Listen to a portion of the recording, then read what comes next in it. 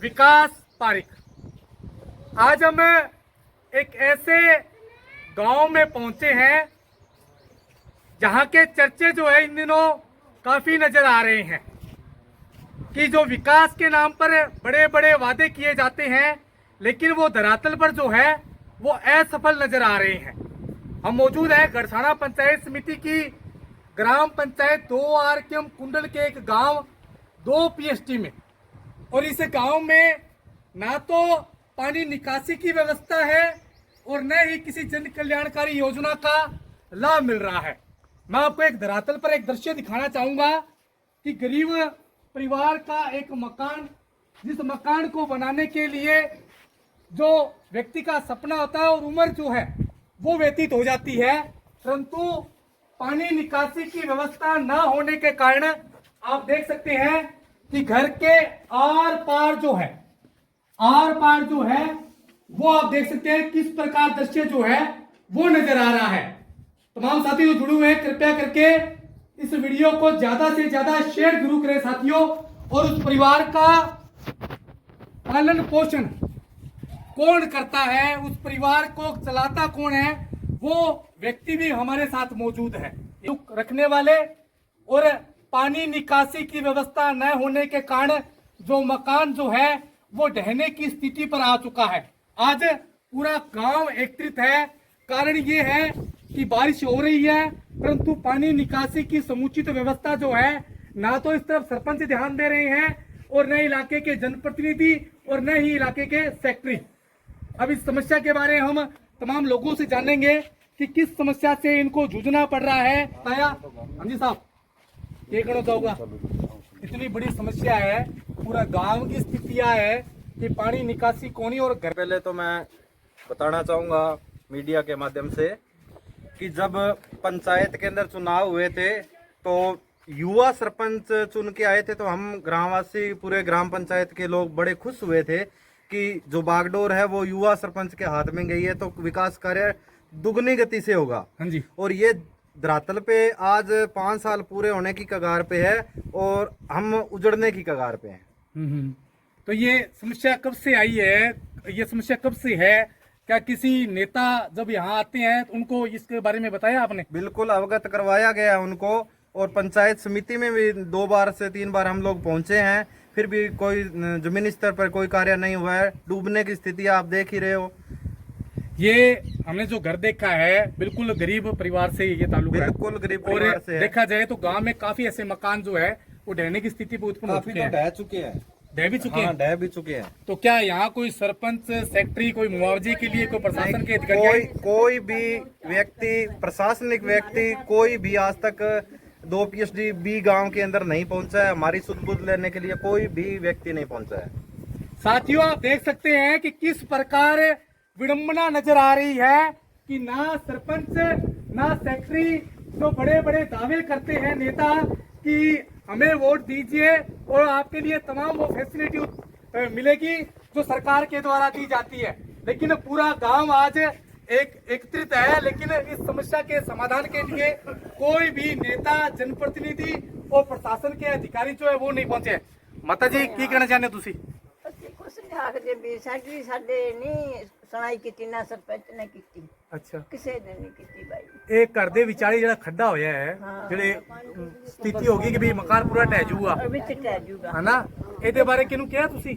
आख्या असी पिंड च भी असी डुब गए, गड्ढे सन पिंड वाला ने बेचारे ने पानी लारले साल भी पड़ गया पानी। पड़ गया आगे? हाँ लारले साल तो इतने पानी आ गया सारे गांव को पानी। अच्छा, हाँ घर में कितने जना रहो थे? 2 जना रहो। हाँ आ छोरो है अरे है और कोई कौन रहे, कोई कौन रहो है? हाँ और कोई पूछने वाला को नहीं आया था? कोई कुछ हाँ पड़ोसी आया बेचारा। पड़ोसी आया माने काट दिया पर सामान सारा बीज गयो। वो विकलांग बंदा मतलब की करे देखो कितनी बड़ी विडंबना है, एक माता और उनका एक बेटा, और बेटे को आप देख सकते हैं कि विकलांग है।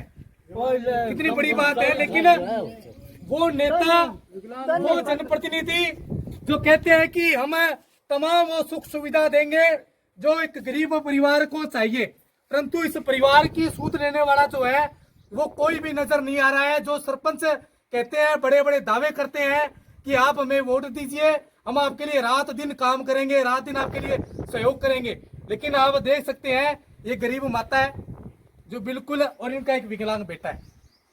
कुछ तो शर्म आनी चाहिए हमारे इलाके के जनप्रतिनिधियों को। माता जी, कोई और भी आया थरकन हटा? कोई नहीं कोई आया कोई को नहीं आया। कोई कोई सहयोग देने वास्ते है, कोई मुआवजा देने वास्ते है।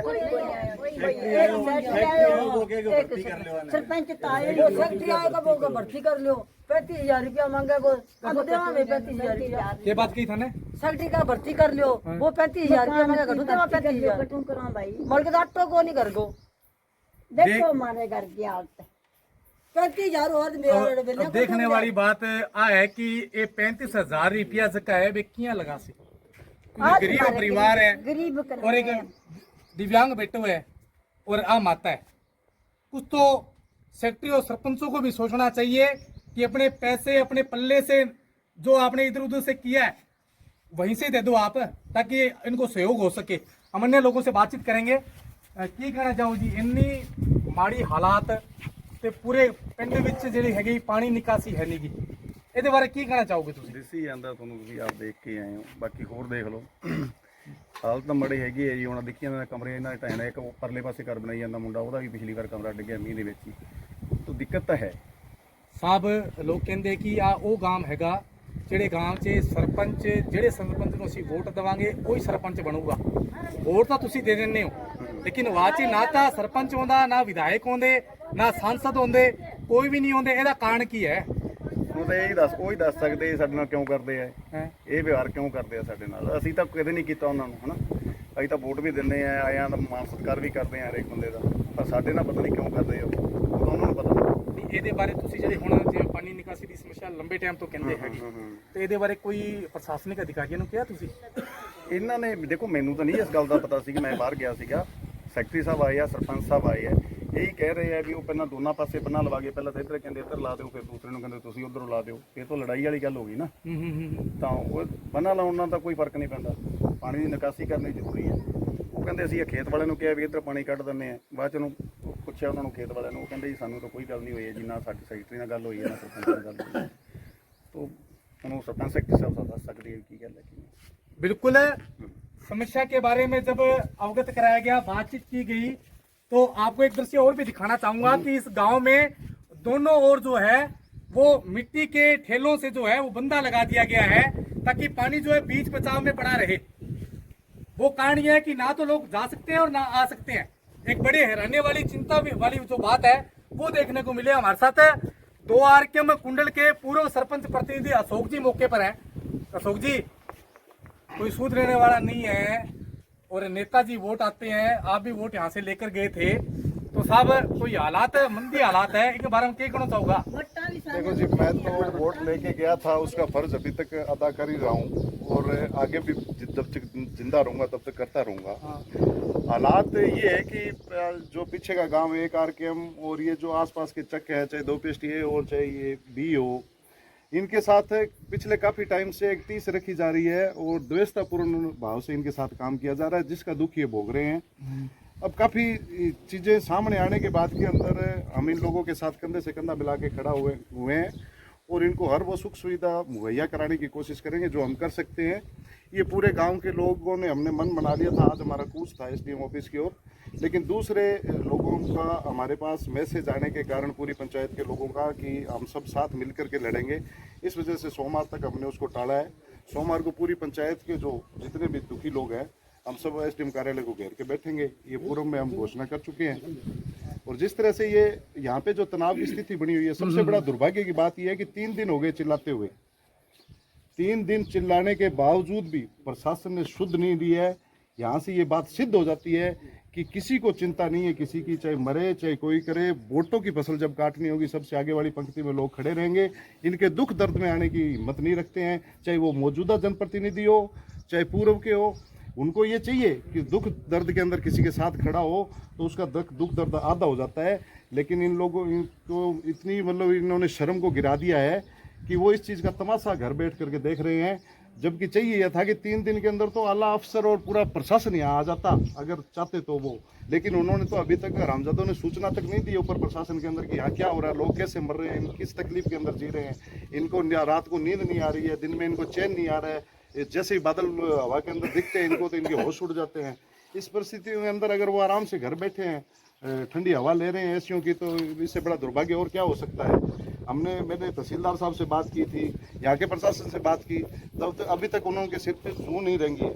लेकिन अब जितना उन्होंने हमें सताया है, हमने भी मन बना लिया है कि अब एक ग्राम पंचायत भी एक ऐतिहासिक लड़ाई लड़ सकती है, ये हम सिद्ध करके दिखाएंगे। साहब तो ये जो परिवार है जो जिनका मकान जो है वो ढहने की स्थिति पे है, हालांकि ढह चुका ही है, तो इनके मुआवजे की कोई बात करोगे क्या? एक मकान नहीं 10 मकान ढहने वाले हैं, मैं आपको बता दूं। और भगवान ना करे, मैं तो उठते बैठते यही भगवान से उम्मीद करता हूं कि कोई बड़ा हादसा न हो और मेरी पंचायत के अंदर कोई भी किसी का व्यक्तिगत और जान माल का नुकसान ना हो।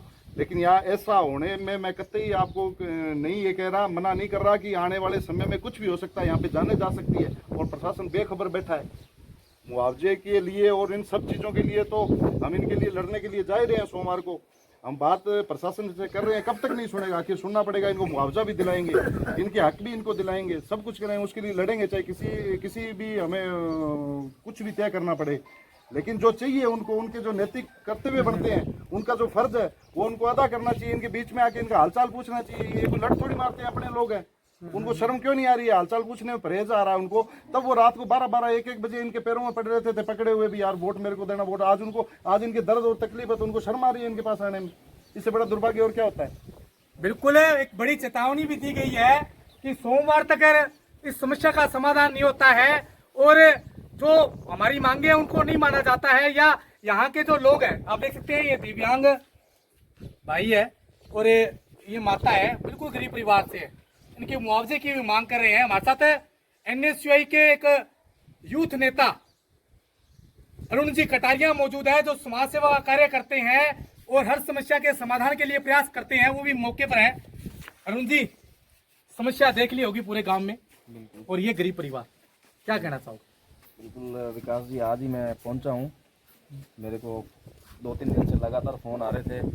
हमारे भाई अशोक जी आए हुए हैं, जैसे भी इनसे बातचीत होती है, जो सहयोग का होता है या जो भी प्रशासनिक बातचीत होती है, वो बिल्कुल करेंगे और गांव के साथ, अशोक भाई के साथ बिल्कुल खड़े। साहब, गांव में कम से कम 10 मकान ढहने को है, पानी की निकासी नहीं है, बुरे हालात है, बंदे लगा दिए गए हैं उन लोगों के द्वारा जिनको उन्होंने चुनकर उस गद्दी पर बिठाया। इसको लेकर क्या कहेंगे?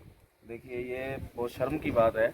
मेरे सुनने में भी ये आया है कि शायद बीजेपी के आपके सरपंच यहाँ से हैं और बीजेपी एक तरफ डिजिटल इंडिया की बात करती है, विकसित भारत की बात करती है, तो उसी जगह पे गांव में ये हालात है कि पानी भी नहीं जा सकता है। तो इससे बड़ी शर्म की बात नहीं है भी जो भी है, ठीक है। सरपंच का खुद का कोटा भी इतना होता है कि वो ऐसे छोटे मोटे काम करवा सकता है। तो क्या आप गाँव वालों के साथ हो क्या? बिल्कुल गाँव वालों के साथ हैं। जैसे ही गांव वालों का जो भी आदेश रहेगा, प्रशासनिक कुछ करने को बोलेंगे कुछ करेंगे, घेराव करने को बोलेंगे तो घेराव करेंगे, बिल्कुल साथ। हमारे साथ कुछ अन्य साथी भी मौजूद हैं, उनसे बातचीत करेंगे।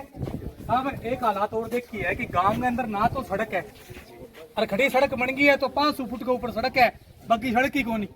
वो तो हमारी पंचायत ने जो निकाला है रास्ता, वो है किसी के घरों के अंदर से निकालो।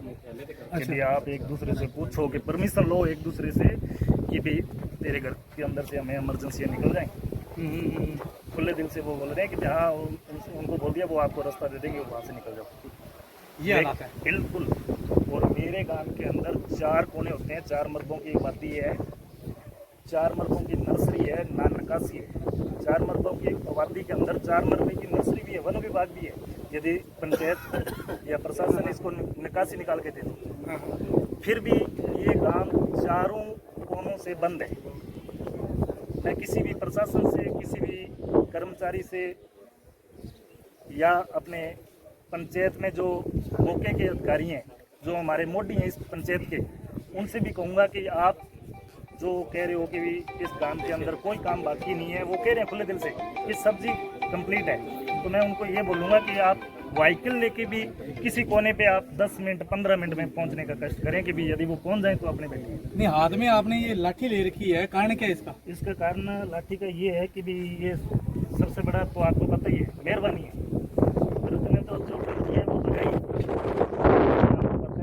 रास्ते के लिए कहाँ जा रहे हो आप, कैसे जाते हो आते हो, क्योंकि सड़क तो है ही नहीं। गांव वालों की मदद से चक्की के ले जाते हैं, गांव वालों की मदद से के ले जाके गाड़ी में चढ़ा कितना होते आता ये लेके जाओगे आओ चली जाए कोनी गाड़ी करा कोनी कल में उठा के 2 आदमी रह के गाड़ी में चढ़ा के ले आवा, फिर आगे कोई मिल जावे फिर चढ़ा के ले जावे, गाड़ियां करावे कोनी, बड़ी समस्या है। सड़क बर्बाद हो गई, मेरे आज लगी हुई है, जो लगी हुई है वो लगी हुई है, चलो ठीक है कि डिलीवरी होने वाली है गांव में, सड़क नहीं है। 10 डिलीवरी होने वाली है गांव में, सड़क नहीं है, कहाँ पे लेके जाएंगे उनको, और कब भी घंटी खड़क सकती है किसी के घर में। और सबसे बड़ी शर्मनाक बात तो पूर्व विधायक की और सरपंच की यही है, जो ये विकलांग आदमी है, कम से कम 3 माह से इन्होंने कणक नहीं ली होगी, बीमार पड़े थे ये, कोटा भी बंद करवा दिया इस गांव में। और उसके अंदर सिर्फ एक सड़क नहीं बनाने दी, गांव वालों ने कहा भी इसके अंदर भर्ती डालो, आप डालो भर्ती उसमें, और गांव वालों ने कहा हमारे पास तो पैसे नहीं है भर्ती डालने के लिए, तो इन्होंने कहा आपके रड़क निकालेंगे, कोटा बंद करवा दिया इस गांव से। तो कोटा ही बंद करवा दिया। कोटा बंद करवा दिया। अब पिछले 1 महीने से मैं लड़ रहा हूँ कोटे के लिए, अब परसों जाके कोटा वापस मंजूरी लेके आया हूँ इस गांव में। कोटा ही बंद तो इतनी देखिए लड़ाई रख रहा है सरपंच, नरेगा बंद कर देता है, कभी कुछ कर देता है। इस गांव को उसने ऐसे कर दिया जी ये पाकिस्तान का हिस्सा है, और उसका बस चले ना बम से उड़ा दे इस गांव को। देखिए कितनी विडंबना की बात है कि सरकार बड़े बड़े दावे करती है कि हर प्रत्येक घर में जो है वो जन कल्याणकारी योजनाओं का लाभ मिल सके, लेकिन क्या कहेंगे इसको, द्वेषता, विरोध, क्या कहेंगे। ये आप देख सकते हैं चारों ओर भी बड़ी संख्या में लोग मौजूद है, इस तरफ महिलाएं मौजूद हैं, और दूसरी तरफ ये आप देख सकते हैं कि मकान जो है लगभग ढह चुका है। ये दिव्यांग परिवार है जो इस न्याय की मांग कर रहा है, मुआवजे की मांग कर रहा है कि हमारे परिवार को संभालने वाला कोई होना चाहिए। अब एक बड़ी चेतावनी दी गई है कि इस समस्या का समाधान नहीं होता है, पानी की निकासी नहीं होती है, तो सोमवार को एसडीएम दफ्तर पर जो है वो घेराव किया जाएगा। धन्यवाद, जय हिंद, जय भारत।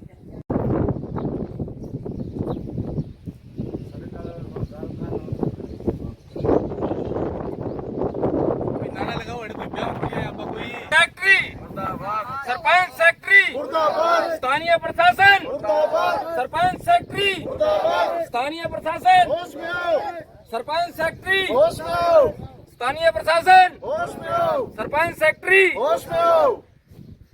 हमारी मांगे, सरपंच सेक्रेटरी स्थानीय प्रशासन हमारी मांगे। गांव में समस्याओं का अंबार है जी। अभी जो बारिश का प्रकोप है वो यहाँ पे निकासी की व्यवस्था नहीं होने की वजह से पूरा गांव जो है झेल नहीं पा रहा, और कम से कम 10 से ज़्यादा घर जो है वो जमींदोज होने की तैयारी के अंदर है पूरे। प्रशासन का इस ओर कोई ध्यान नहीं है, 3 दिनों से अवगत करा रहे हैं, ना यहाँ पे कोई ग्राम पंचायत के लोग सुध ले रहे हैं, ना कोई प्रशासन के और लोग यहाँ पे आके इन लोगों की सुध ले रहे हैं। बड़ी अनहोनी होने की यहाँ पे संभावना है। पिछली बार बारिश के अंदर एक मकान गिर गया था जिसकी छत अभी भी ज्यों की त्यों गिरी हुई है, लोग डरे सहमे हुए माहौल के अंदर है, और इस ओर प्रशासन की जो उदासीनता है वो इस ओर इंगित करती है कि इन लोगों की आम जन को कोई परवाह नहीं है, बिल्कुल कोई भी इनकी चिंता करने वाला लोग नहीं है। और हम जो है सब 2-3 दिनों से मैं इनके बीच के अंदर हूँ, और अब इनको न्याय दिलाने के लिए हम एसडीएम कार्यालय की ओर कूच करेंगे और घेराव करेंगे, और वहाँ पे अनिश्चितकालीन जो है पड़ाव डालेंगे। बच्चों और पशुओं सहित हम वहाँ पे जाके बैठेंगे, क्योंकि घरों के अंदर तो ये वैसे ही सुरक्षित नहीं है। जब भी थोड़ी सी बारिश हो गई तो इनकी जान जाने का खतरा है। कम से कम वहाँ बड़े बरामदे तो बने हुए हैं, उनमें 4 दिन हमें ये तो रहेगा कि हम बच सकते हैं, हमारी जान तो नहीं जाएगी। क्या कहना चाहोगे, जिस प्रकार एक दिव्यांग लड़के के का मकान जो है वह ढह चुका है और उनकी सूद लेने वाला कोई नहीं है, तो क्या कहेंगे इसको लेकर? देखिए ये बहुत लापरवाही की बात है कि प्रशासन तो चलो लापरवाही शुरू से ही करता आ रहा है, उसके खिलाफ तो हमेशा हर व्यक्ति को लड़ना पड़ता है, पर सरपंच और सेक्रेटरी का ये हाल देख के बहुत मेरे को, आज मैं पहली बार आया हूँ, बहुत बुरा लगा कि जिस गांव ने आपको वोट देकर जिताया उसकी आप सुध लेने नहीं आ रहे हो। बता रहे हैं कि लगभग 10 घर गिरने वाले और पड़े हैं और 8-10 घरों में डिलीवरी होने वाली है। गाड़ी में आया, जब रास्ते में मेरे को गाड़ी रोकनी पड़ी, गाँव में गाड़ी भी नहीं आ रही है, तो इससे बुरा हाल कोई नहीं हो सकता है। आगे की रणनीति अशोक भाई बताएंगे, जैसे भी गाँव वाले होंगे उनके साथ हैं। अगर एसडीएम कूच करने का बोलेंगे तो वहाँ करेंगे, अगर इधर पंचायत घर का बोलेंगे तो पंचायत घर करेंगे, जैसे भी गांव वाले बोलेंगे उनके साथ है। हम गांव के साथ हैं। अगर कल 6 दिन से अवगत करा रहे हैं, जल्द से जल्द सुनवाई नहीं हुई, हम तो मरे पड़े हैं। फिर जाके बैठेंगे वहाँ पे, पशु है, बच्चे हैं, बुजुर्ग महिलाएं, सभी को लेके वहाँ पे धरना लगाएंगे और खाने पीने का सामान वहाँ पे ले जाके बैठ जाएंगे एसडीएम ऑफिस में। और तो कोई इलाज नहीं है हमारे पास। अब ये सुनवाई तो कर नहीं रहे हैं, पिछले 6 दिनों से अवगत करा रहे हैं। आते हैं सेक्रेटरी सरपंच आए, कहते हैं जी हमने ये रास्ता खुलवा दिया है, जीरी मरवा दी है, वो करवा दिया। अभी तक तो कोई धरातल पे हुआ नहीं है कुछ। जो इन्होंने चकले लगाए हैं उनके पास खाड़ियाँ नहीं है, उनके साथ खाड़ियाँ नहीं बनाई है, वो भी सारे नीचे ईंट भी पुरानी है और वो भी सब खत्म हो गया है। और पानी की निकासी बिल्कुल ही नहीं हो रही है। बाकी आप देख रहे हो मौसम अभी कब भी आ सकती है बारिश, देखते हैं क्या हो रहा है। अभी जाएंगे। हाँ माता जी। कमा बेटा भी धरना लगा के बैठ जाऊंगा, पर हमारा हक मिलना चाहिए। मैंने एक गरीब आदमी, हमें डूब के मर जाऊंगा, डूब के मर जाऊंगा मैं। थारो मकान पड़न पर हो रही है। हाँ, मकान पड़न पर हो रखे है। कोई गामा से कोई हाथ को नहीं गया, न किसी भाई ने पड़ोस पड़ोस में गाड़िया मारने पानी की। 2 साल हो गया मेरे पानी गाँव में, मेरे कोठे में बढ़ जाए, 2 साल हो गया। अरे कोई भाई आया को नहीं, कोई कर्मचारी को नहीं आया। व्यवस्था नहीं है और बुरे हालात हैं और गांव में त्राही तरह मची हुई है। व्यवस्था बनाई नहीं गई है सरपंच महोदय के द्वारा। मैं ग्रामवासियों के तरफ से मैं अवगत करवाना चाहता हूं मीडिया की तरफ से कि व्यवस्था है, व्यवस्थित नहीं है। व्यवस्थित की बात करूं तो जैसे अपने घर के अंदर रसोई होती है तो रसोई के अंदर नमक तो कहीं पड़ा है, मिर्च कहीं पड़ी है, हल्दी कहीं पड़ा है, सामान सारा है, पर कर नहीं रहे हैं। हर घर जल योजना के तहत हमारे गांव के अंदर वाटर वर्क्स 80 लाख रुपए में बना था। उसके बाद में जब कनेक्शन की बारी आई तो हर एक घर से 1000 रुपए लिया गया था, जो बिल्कुल अनलीगल था। और इसी जो ये गांव 2 PSDB 2 RKM ये कुंडल के अंदर आता है, पंचायत के अंदर, उस मुख्यालय पे जो गांव है कुंडल, उस गांव से किसी से भी कोई पैसा नहीं लिया गया। हमने पूछा कि ये पैसा क्यों लिया जा रहा है, तो सरपंच महोदय ने ये कहा था कि जब भी कोई जरूरत पड़ी गांव के अंदर, आपका पैसा है, जब भी आपके गांव के अंदर कोई भी जरूरत पड़ी उस समय ये पैसा काम आएगा। तो मैं आपके कैमरे के माध्यम से पूछना चाहता हूँ सरपंच साहब से कि वो पैसा कहाँ है। व्यवस्था कर ही नहीं रहे, व्यवस्थित नहीं है, व्यवस्था सब है इनके पास पर वो कर नहीं रहे हैं। तो आगे ऐलान क्या रहेगा आपका? अभी वो अपने घर सजाने में जुटे हुए हैं। अभी सुनने में आया कि 7-8 प्लाट ले रखे इन्होंने गड़साना मंडी के अंदर, तो वहीं बैठेंगे सारे लोग जाके। पहले तो एसडीएम महोदय के जाएंगे, अगर वहाँ कोई व्यवस्था नहीं, सरपंच बना रहे हैं घर, तो वहाँ जाके बैठ जाएंगे। बैठना तो पड़ेगा, जान तो बचानी पड़ेगी।